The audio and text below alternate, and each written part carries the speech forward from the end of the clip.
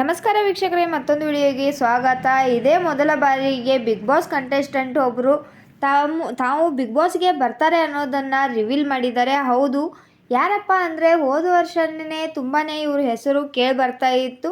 ಮಡೆನೂರು ಮನು ಅವರ ಹೆಸರು ತುಂಬ ಕೇಳ್ತಾ ಇತ್ತು. ಅವಾಗ ಅವರ ಕಾಂಟ್ರವರ್ಸಿಯ ಸುದ್ದಿ ಕೂಡ ತುಂಬಾ ಪೀಕಲ್ಲಿತ್ತು. ಸೊ ಹಾಗಾಗಿ ಅವರು ಬಿಗ್ ಬಾಸ್ಗೆ ಬರ್ತಾರೆ ಅನ್ನೋದು ತುಂಬಾ ಹರಿದಾಡ್ತಾ ಇತ್ತು ಅವ್ರ ಹೆಸರು. ಆದರೆ ಕಳೆದ ಬಾರಿ ಅವರು ಬರಲಿಲ್ಲ. ಆದರೆ ಈ ಬಾರಿ ಅವರು ಬರೋ ಅಂಥ ಚಾನ್ಸಸ್ಗಳು ತುಂಬ ಇದ್ದಾವೆ ಅಂತ ಹೇಳ್ಬೋದು. ಅದಷ್ಟೇ ಅಲ್ಲದೆ ತಮ್ಮದೇ ಪೇಜಲ್ಲಿ ಕೂಡ, ತಮ್ಮ ಇನ್ಸ್ಟಾಗ್ರಾಮಲ್ಲಿ ಕೂಡ ಅವರು ಅದನ್ನು ಹೇಳ್ಕೊಂಡಿದ್ದಾರೆ. ಏನಂದರೆ, ಎಲ್ಲರಿಗೂ ನಮಸ್ಕಾರ. ಒಂದು ಖುಷಿ ಸುದ್ದಿಯನ್ನು ಹಂಚಿಕೊಳ್ಳುವುದಕ್ಕೆ ಇಷ್ಟಪಡುತ್ತೇನೆ.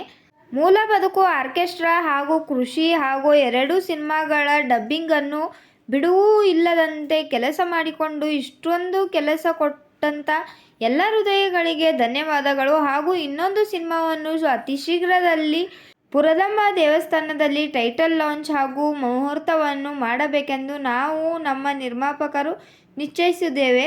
ಇದರ ಮಧ್ಯದಲ್ಲಿ ನಿಮ್ಮಗಳ ಆಶೀರ್ವಾದದೊಂದಿಗೆ, ಇಲ್ಲಿಂದ ಸರಿಯಾಗಿ ಕೇಳಿಸ್ಕೊಳ್ಳಿ, ಇದರ ಮಧ್ಯದಲ್ಲಿ ನಿಮ್ಮಗಳ ಆಶೀರ್ವಾದದೊಂದಿಗೆ ಅತಿ ಶೀಘ್ರದಲ್ಲೇ ಒಂದು ದೊಡ್ಡ ವೇದಿಕೆಯಲ್ಲಿ ಕಾಣಿಸಿಕೊಳ್ಳುವ ಅವಕಾಶ ಸಿಕ್ಕಿದೆ. ಯಾವುದು ಎಂದು ಏನು ಕೇಳಬೇಡಿ, ಅತಿ ಶೀಘ್ರದಲ್ಲಿ ಹೇಳುತ್ತೇನೆ.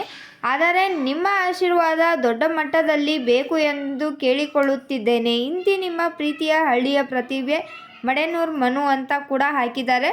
ಇಲ್ಲಿ ಅವರು ಬಿಗ್ ಬಾಸ್ಗೆ ಬರ್ತೀನಿ ಅಂತ ಹೇಳ್ತಾ ಇಲ್ಲ, ಆದರೆ ಅತಿ ದೊಡ್ಡ ವೇದಿಕೆಯಲ್ಲಿ ಕಾಣಿಸಿಕೊಳ್ಳುವ ಅವಕಾಶ ಸಿಕ್ಕಿದೆ ಅಂತ ಹೇಳ್ತಿದ್ದಾರೆ.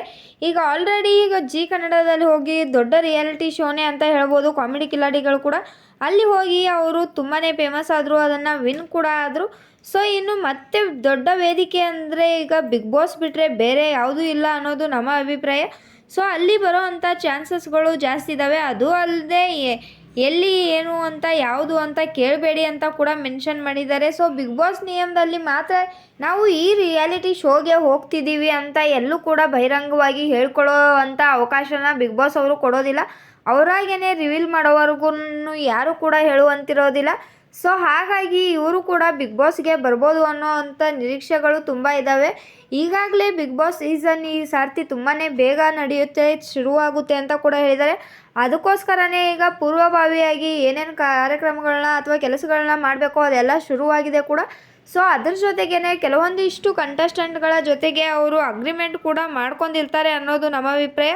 ಕಳೆದ ಸೀಸನಲ್ಲಿ ಗಿಲ್ಲಿ ಅವರದ್ದು ಬೇಕಿದ್ರೂ ನೀವು ನೋಡ್ಬೋದು.